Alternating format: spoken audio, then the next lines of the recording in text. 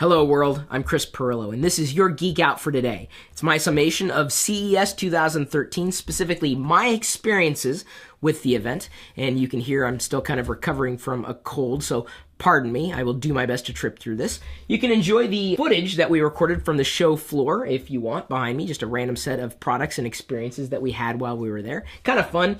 Didn't think I would be able to fit them into any other video on YouTube, so I figured why not put it here. Let me first thank AMD for making it possible for me to go to CES 2013. I had an amazing time with the entire team.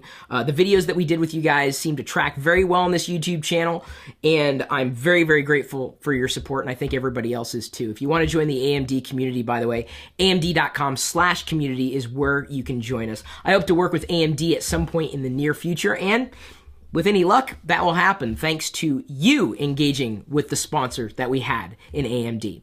Now, my favorite part of CES, before I go further, yeah, I enjoy the technology. This is fun stuff, you know, big touch screen walls that you can play around with. That's fun. Who doesn't like that? I mean, unless you're not a fan of technology, in which case I'd wonder, well, why are you watching this video? No, my favorite part was you. If you were there, if you took the time out of your busy schedule at CES to come by and see me, thank you so much. And even if we weren't able to connect with one another, if you stopped by, thank you.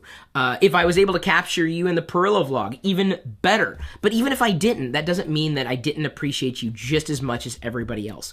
You, the community, are my favorite part of going to these shows. No doubt in my mind, you are the best part of CES. So thank you so much for your support. In terms of deeper trends that I was able to observe, 3D kind of took a back seat in terms of like television. You didn't really hear a lot about 3D TVs. It wasn't really a big buzzword other than the Oculus Rift, which got a lot of attention this year for good reason. I don't know if you caught that video on our YouTube channel. I didn't record a lot of videos on the CES show floor, if only because I was trying to be very targeted with what I did with my time. I wanted to spend more time with you versus with the technology. And I know that sounds odd, but I did my best to strike a balance, you know? So hopefully you appreciated the efforts regardless. You know, Oculus Rift was certainly a standout, and that is technology you should certainly be paying attention to because it's going to be awesome when it's a final product for consumers.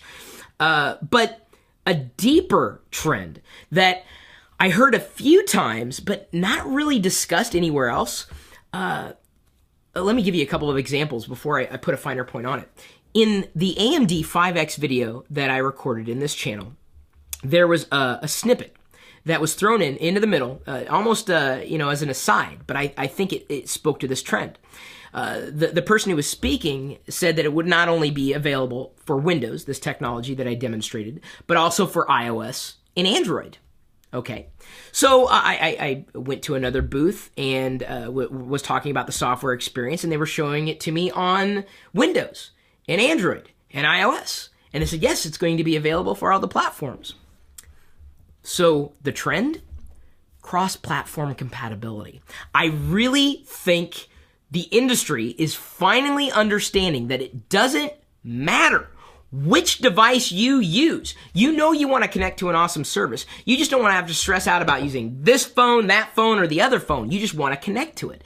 And I heard that at least 5 times over in a variety of situations, talking about hardware experiences, software experiences, the idea that you didn't have to be locked in to one vendor anymore. That is a huge trend which should not be ignored. In fact, it should be encouraged. So I appreciated when not only AMD said this, but other companies had said it as well, that they weren't just going to support Windows, but they were looking to Android and iOS. And, you know, should other smartphone platforms or mobile platforms rise to popularity, I would imagine these companies would support them as well. But the idea of being locked into a single ecosystem, I think, we're finally moving past that. And that's a big deal because, you know, one of the terms that I discuss very frequently in this channel is experience.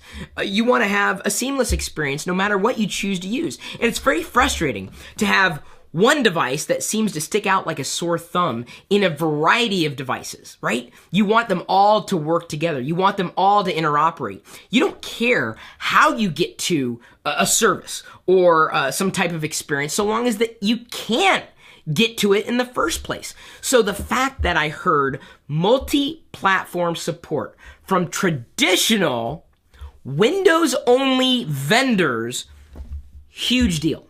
Gigantic deal. I cannot stress enough how important of a trend this is. Think about that. And the reason why is because let's say you have device X today, and tomorrow you might want device Y. Well, how easy is it to move between platforms? Oh, yeah, sure, you can just change out the hardware and you're done. No, it doesn't work that way anymore. It's all about how that device interoperates with other devices. So the more cross-platform compatible a device is with a variety of services, the more seamless your experience is going to be. So I must applaud every single company out there, specifically those who presented at CES, for their effort of engaging cross-platform compatibility.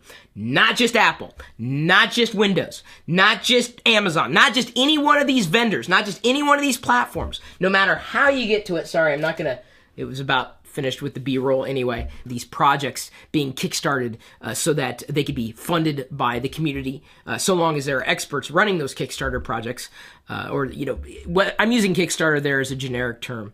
You know, that's a deeper industry trend, but I didn't see that as prevalent at CES as I did the idea of cross-platform compatibility. But I guess those two are hardware and software trends. Okay, well, I guess I nailed both hardware and software trends then and didn't mean to. We'll see you later.